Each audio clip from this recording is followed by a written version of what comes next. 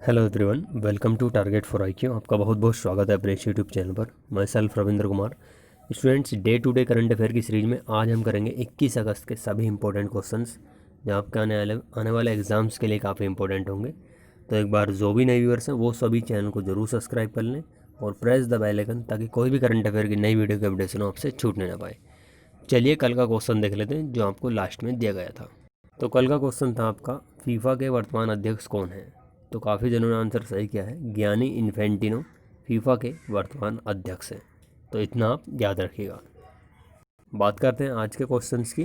तो इससे पहले अगर आपने अभी टेलीग्राम ग्रुप ज्वाइन नहीं किया है, Telegram channel target for IQ का, तो फटाफट से वीडियो के डिस्क्रिप्शन में लिंक है, वहाँ पर ऐड हो जाइएगा। वहाँ पर आपको सभी करंट अफेयर्स की जितनी पीडीएफ हैं विधान सर की वहाँ पर प्रोवाइड करा दी जाएंगी। चलिए फिर शुरू करते हैं पहले क्वेश्चन से। हाल ही में कैलिफोर्निया स्टेट असेंबली ने किस दिवंगत अभिनेता को मरणोपरांत पुरस्कार से सम्मानित किया है।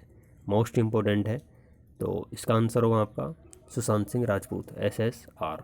तो इन्हीं को कैलिफोर्निया स्टेट असेंबली ने दिवंगत अभिनेता के लिए मरणोपरांत पुरस्कार से सम्मानित किया है। तो सुशांत सिंह राजपूत हैं और आपको पता ही है इनके केस की अभी CBI इंक्वायरी बैठा दी गई है, शायद सुप्रीम कोर्ट से ऑर्डर भी मिल गया है। अभी इसमें बहुत रहस्य खुलने बाकी हैं। बाकी आपको पता है अभी पीछे इरफान खान भी चल बसे हैं और ऋषि कपूर जी भी। ठीक है, तो चलिए क्वेश्चन नंबर 2 देख लेते हैं। हाल ही में इंदिरा रसोई योजना किस राज्य में शुरू हुई है। इंदिरा रसोई प्लानिंग किस राज्य में शुरू हुई है। तो ये हुई है राजस्थान। ठीक है, राजस्थान में शुरू हुई है। इसमें क्या प्लानिंग में मतलब क्या सुविधा है, इसमें मात्र 8 रुपये में जो गरीब लोग होते हैं, रेहड़ा पटरी वाले या डेली वेज वाले, डेली मजदूरी वाले, तो उनको मात्र 8 रुपये में भरपेट थाली भोजन उपलब्ध कराया जाएगा। ठीक है, तो आपको ये याद रखना है। राजस्थान की बात आई है तो राजस्थान के बारे में कुछ फैक्ट देख लेते हैं, बहुत ही ज़्यादा इंपॉर्टेंट है। तो राजस्थान की राजधानी आपको पता होनी चाहिए जयपुर है, और इसको गुलाबी सिटी, पिंक सिटी भी कहते हैं जयपुर को। सही है। और CM तो आपको पता ही है कौन है, अशोक गहलोत जी हैं। और जो वहाँ के राज्यपाल हैं, गवर्नर हैं राजस्थान के, वो कलराज मिश्र जी हैं। कौन है? कलराज मिश्र जी। अब राजस्थान से रिलेटेड कुछ इम्पोर्टेंट फैक्ट हैं, जैसे सरिस्का वन्य जीव अभ्यारण्य कहाँ पर है। ये बहुत पूछा जाता है एग्जाम में, सरिस्का वन्य जीव अभ्यारण्य, तो ये राजस्थान में है। कुंभलगढ़ वन्य जीव अभ्यारण्य भी राजस्थान में है। कुंभलगढ़ वन्य जीव अभ्यारण्य कहाँ पर है? राजस्थान। इसके अलावा कुछ नेशनल पार्क, राष्ट्रीय उद्यान है, तो उनको भी याद रखेगा। रणथंभौर राष्ट्रीय उद्यान, रणथंभौर राष्ट्रीय उद्यान ये भी कहाँ पर है? राजस्थान। केवलादेव घाना ये भी राजस्थान है, और मुकुंदरा हिल्स ये भी राजस्थान है। तो इतने फैक्ट आप राजस्थान से रिलेटेड याद रखिएगा, काफ़ी इंपॉर्टेंट है। खास करके जो वन्य जीव अभ्यारण्य है और राष्ट्रीय उद्यान, यहाँ से क्वेश्चन बहुत बनने के चांस रहते हैं। ठीक है, तो चलिए क्वेश्चन नंबर 3 देख लेते हैं। किसकी अध्यक्षता में एक राष्ट्रीय भर्ती एजेंसी NRA का निर्णय लिया गया है। ये बहुत ही चर्चा में है, बहुत ही ज़्यादा इम्पोर्टेंट भी है। तो ये जो किसकी अध्यक्षता में लिया गया है, पहले तो आंसर देख लेते हैं। प्रधानमंत्री मोदी जी की अध्यक्षता में फैसला लिया गया है। हालांकि अभी इसमें बहुत सारा काम बाकी है। कोई भी निर्णय लिया जाए उसके बाद इम्प्लीमेंटेशन होना, उसमें भी समय लगता है। ठीक है, तो किसकी अध्यक्षता में ये निर्णय लगा है? मोदी जी की। अब इसमें क्या होगा? NRA, national recruitment agency, means अब आपकी जैसे बैंक हुआ, SSC हुआ, RRB हुआ, इस तरीके से जो भी एग्ज़ाम्स होते हैं उन सभी के लिए एक कॉमन एलिजिबिलिटी टेस्ट से गुजरना होगा, CET। ठीक है, आपको किसी भी एग्ज़ाम की तैयारी कर रहे हो आप, अब वहाँ पर सभी के लिए कॉमन एलिजिबिलिटी टेस्ट अनिवार्य कर दिया जाएगा।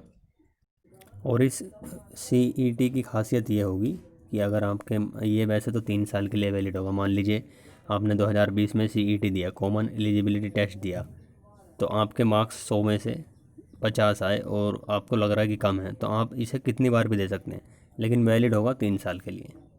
तो इसमें क्या होगा कि आपका मान लीजिए बेनिफिट्स भी बहुत हैं। अगर आप बैंक की तैयारी कर रहे हैं तो आपको एक ही फॉर्म भरना पड़ेगा। अगर आप SSC की तैयारी कर रहे हैं तो भी इसी एग्ज़ाम से गुजरना पड़ेगा। आप RRB रेलवे की तैयारी कर रहे हैं तो भी इसी एग्ज़ाम से गुजरना पड़ेगा। मीन्स ये कॉमन हो जाएगा। जैसे कि आपका टेट होता है, फिर सुपर टेट होता है, इसी तरीके से। ठीक है, अब ऐसा नहीं है कि भाई बैंक के फॉर्म निकले तो बैंक का अलग से फॉर्म भरो, रेलवे के निकले रेलवे के अलग से फॉर्म भरो। कॉमन एलिजिबिलिटी टेस्ट का मतलब यही है कि जितनी भी गवर्नमेंट नौकरी इसके अंडर में आएंगी सभी के लिए पहले तो एक मान लीजिए कि ऊपर ऊपर से मक्खन एक तरीके से इकट्ठा किया जा रहा है, ठीक है।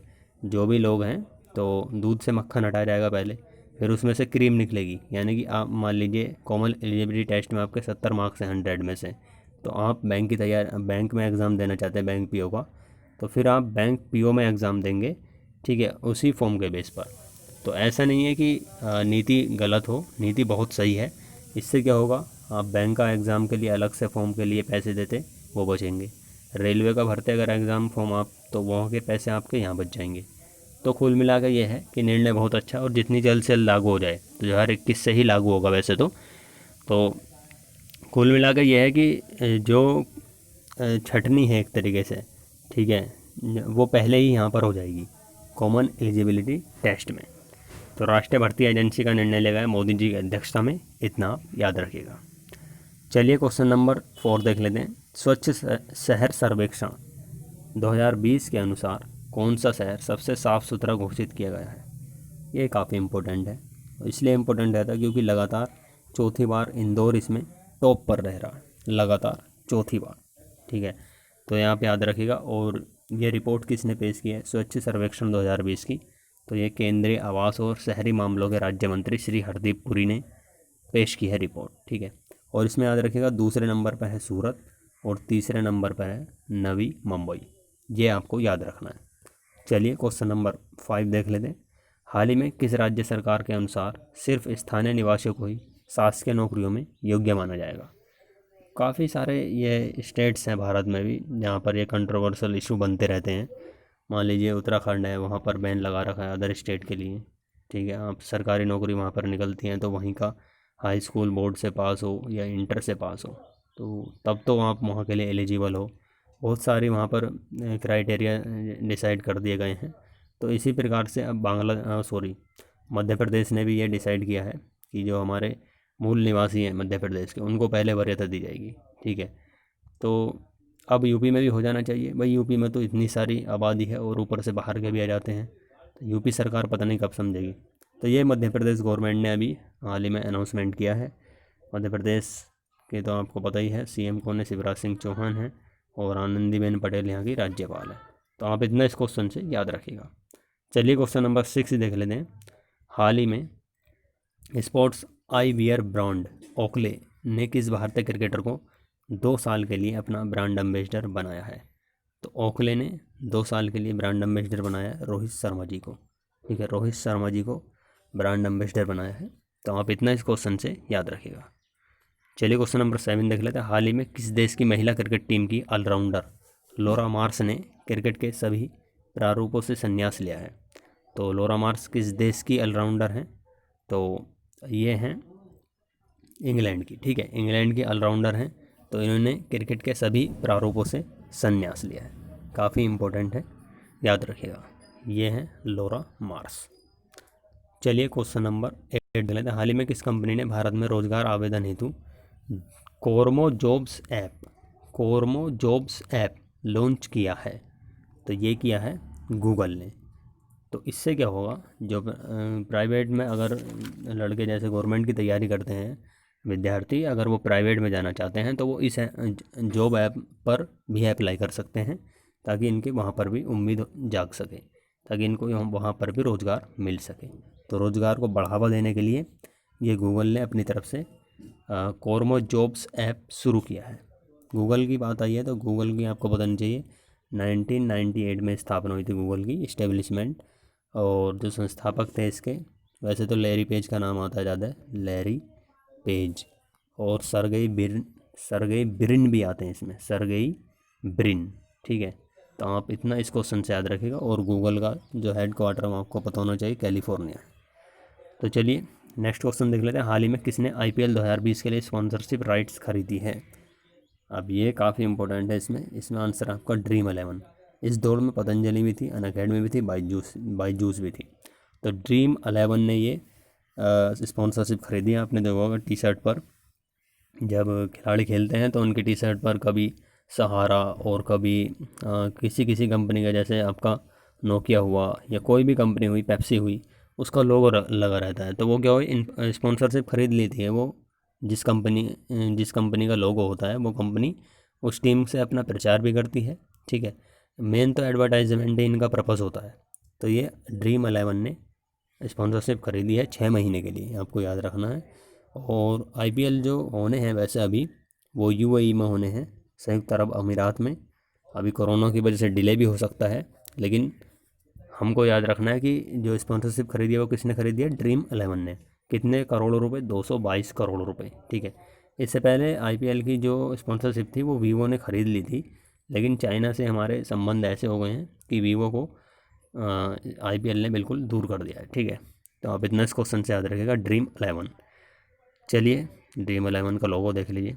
10वां क्वेश्चन, हाल ही में भारत के किस आईआईटी ने राष्ट्रीय शिक्षा नीति 2020 के प्रस्ताव को अपनाते हुए अपने परिसर में शास्त्रीय लोक कला अकादमी की शुरुआत की है?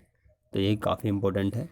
तो ये की है आईआईटी खड़गपुर। आईआईटी खड़गपुर ने शास्त्रीय लोक कला अकादमी की शुरुआत कर दी है, राष्ट्रीय शिक्षा नीति जो 2020 से नई आई है उसके अनुसार। आप आज का क्वेश्चन देख लेते हैं। आज का क्वेश्चन है, दुनिया का सबसे ऊंचा रेलवे पुल किस देश में है? आपको आंसर ज़रूर बताना है कमेंट बॉक्स में, और नीचे आपके आंसर किए। ठीक है, चलिए मिलते हैं नेक्स्ट वीडियो में, और thanks for watching for our videos and meet next video. तब तक के लिए जय हिंद, वंदे मातरम।